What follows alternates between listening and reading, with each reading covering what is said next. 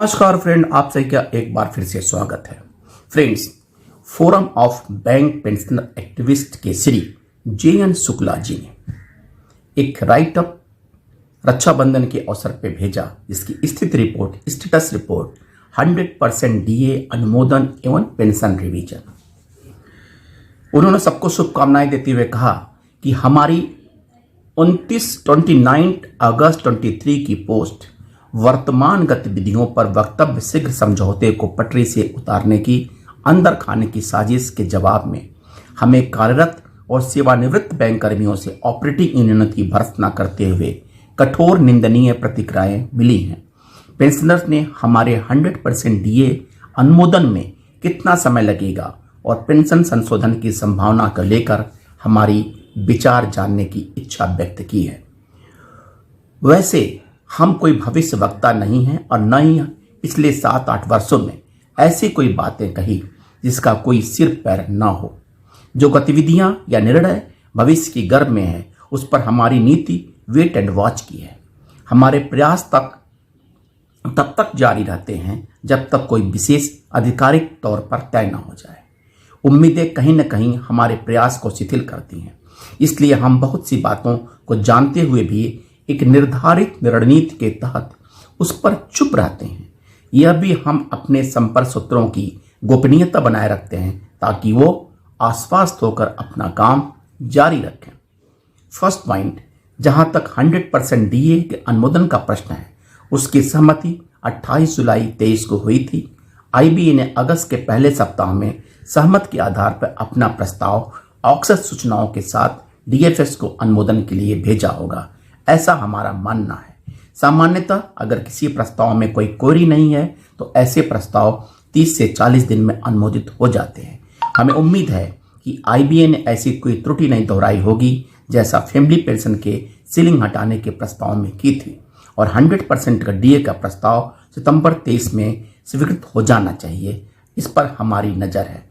Friends, यहाँ पे 2 बातें ऐड करना चाहता हूँ कि अभी पिछले दिनों AIBPRC ने, AIBRF ने और भारतीय मजदूर संघ ने DFS सेक्रेटरी से विवेक जोशी को अनुस्मारक भेजकर इस बात पर जोर दिया कि 100% DA न्यूट्रलाइजेशन का अप्रूवल जल्द से जल्द हो, और ऐसी आकांक्षा, हमारी आशंका है, उम्मीद है कि ये सितंबर माह में आपका अप्रूवल जरूर आ जाना चाहिए। पेंशन रिवीजन फिलहाल बरमूडा त्रिकोण में फंसा हुआ है। State bank group of pensioner की पहल पर एक प्रकरण दिल्ली हाईकोर्ट में है। रिस्पोंडेंट के आग्रह पर दिल्ली हाईकोर्ट ने एक कमेटी कर विवादित विषयों पर विचार करने और निर्णय की बात मानी है।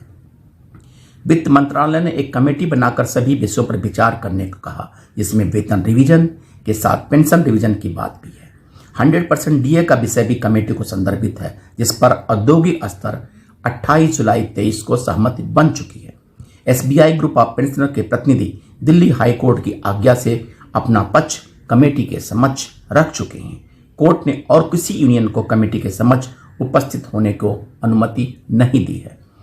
IBA से भी अपना पक्ष रखने को कहा गया है, और इस विषय में को IBA की मैनेजिंग कमेटी बैठक 18 से 19 अगस्त 23 को हो चुकी है।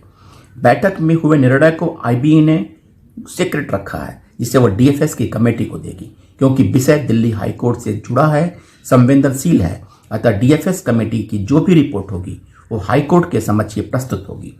पे के साथ पेंशन रिवीजन के विषय पर IBA का क्या मंतव्य है वह कोई माने नहीं रखता। अंततः DFS की कमेटी की क्या रिपोर्ट है उस पर सब कुछ टिका हुआ है। इस स्थिति की जानकारी दिल्ली हाईकोर्ट के माध्यम से ही जाहिर होगी। दूसरी तरफ सर्वोच्च न्यायालय में विचाराधीन MC सिंगला की विशेष अनुमति याचिका में पेंशन रिवीजन की मांग है। वहां भी लगभग वही लोग रिस्पोंडेंट हैं जो दिल्ली हाई कोर्ट के स्टेट बैंक पेंशनर ग्रुप की याचिका में है। दिल्ली हाई कोर्ट में रिस्पोंडेंट्स की तरफ से additional solicitor general Raju Sharma पैरवी कर रहे हैं, और सर्वोच्च न्यायालय में लंबित विशेष अनुमति याचिका के मुख्य पक्षकार PNB की तरफ से पैरवी सॉलिसिटर जनरल तुषार मेहता करने जा रहे हैं। सर्वोच्च न्यायालय और दिल्ली हाई कोर्ट में कई विषय सामान्य हैं। फर्स्ट, कि पे रिवीजन के साथ पेंशन रिवीजन हो। जैसा आरबीआई में हुआ है। दूसरी बात, जो आरबीआई में हुआ है उसकी पात्रता पेंशन समझौते के अनुसार बैंक पेंशनर को है। ऐसे में सॉलिसिटर जनरल तुषार मेहता एक ही विषय में अपने एडिशनल सॉलिसिटर जनरल की राय से अलग राय रखें, इसकी संभावना बहुत कम है और ऐसी स्थिति में आईबीए सहित सभी रिस्पोंडेंट की है। डीएफएस में बनी कमेटी का सक्षम प्राधिकारी की अनुमति से बनी है और कमेटी को संदर्भित गंभीर विषय स्टेट बैंक पेंशनर के साथ साथ अन्य सार्वजनिक बैंकों के पेंशनर से जुड़े हैं। कमेटी को राष्ट्रीयकृत बैंकों के पेंशन विषयों पर भी गौर करने की अनुमति है। ये सभी बैंक सरकारी स्वामित्व में हैं और इनकी निगरानी वित्त मंत्रालय के वित्त सेवाएं विभाग कर रहा है। ऐसे में पक्ष या विपक्ष में जो भी निर्णय डीएफएस की कमेटी करेगी वह सामान्य रूप से स्टेट बैंक सहित सभी सार्वजनिक बैंकों के लिए होगा। इस तरह से स्टेट बैंक सभी सार्वजनिक बैंकों का प्रबंधन आईबीए, वित्त मंत्रालय, डीएफएस पेंशन रिवीजन के गंभीर विषय को लेकर भारी दबाव में है। वित्त मंत्री पहले ही कह चुकी हैं कि बैंक पेंशनर के योगदान को भुलाया नहीं जा सकता और उन्हें उनका हक मिलना चाहिए। उन्होंने अपनी राय बैंक कार्यपालकों से खुलकर बता चुकी हैं। वे डिफेंस की तरह बैंकों में भी वन रैंक वन पेंशन चाहती हैं, जिसे यूनियनों ने स्वयं नजरअंदाज किया और पैसा को करके राष्ट्रीय गान बना दिया। अब चूंकि कमेटी वित्त मंत्रालय की है, जाहिर है वह संदर्भित विषयों से जुड़े विभिन्न पहलुओं तथ्यों को कॉग्निजेंस मिलेगी। रिजर्व बैंक में पेंशन अपडेशन और उसका संबंध बैंक पेंशन स्कीम से होने के साथ साथ माननीय वित्त मंत्री के विचारों को ध्यान में रखते हुए संदर्भित विषयों पर कमेटी अपनी संस्तुति देगी, रिकमेंडेशन देगी। कमेटी का गठन पेंशनर के विषयों के समाधान के लिए हुआ है, इसलिए कमेटी का पहला दायित्व है विषयों का समाधान खोजना है।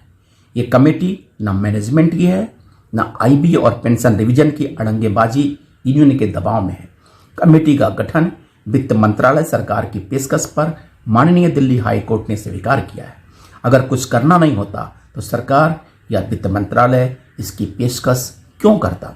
ऐसे में अब कुछ न करना तो माननीय दिल्ली हाई कोर्ट को झांसा देना ही माना जाएगा। हम नहीं समझते कि कोई भी रिस्पोंडेंट माननीय दिल्ली हाई कोर्ट के समक्ष ऐसी हिम्मत कर सकता है। पेंशन रिवीजन को अब और नहीं टाला जा सकता। हमें पूरी उम्मीद है कि सरकार इस पर अंतिम निर्णय लेकर लाखों बैंक पेंशनर के साथ न्याय करेगी। हमारा निवेदन है कि अफवाह से सावधान रहें और वर्षों तक धैर्य रखा है वैसे ही कुछ दिन और कुछ महीने और सब्र करें। काम करना हमारा अधिकार है और फल देना ईश्वर की मर्जी। प्रयाग श्री जीएन शुक्ला, प्रयागराज। फ्रेंड्स, पूरी विस्तृत से बातों से हमारे शुक्ला जी ने इसको बताया है और हम समझते हैं, हमें भी उम्मीद लगती है कि आने वाले दिनों में कुछ अच्छे समाचार हमें सुनने को मिलेगा। थैंक यू फ्रेंड्स, नमस्कार।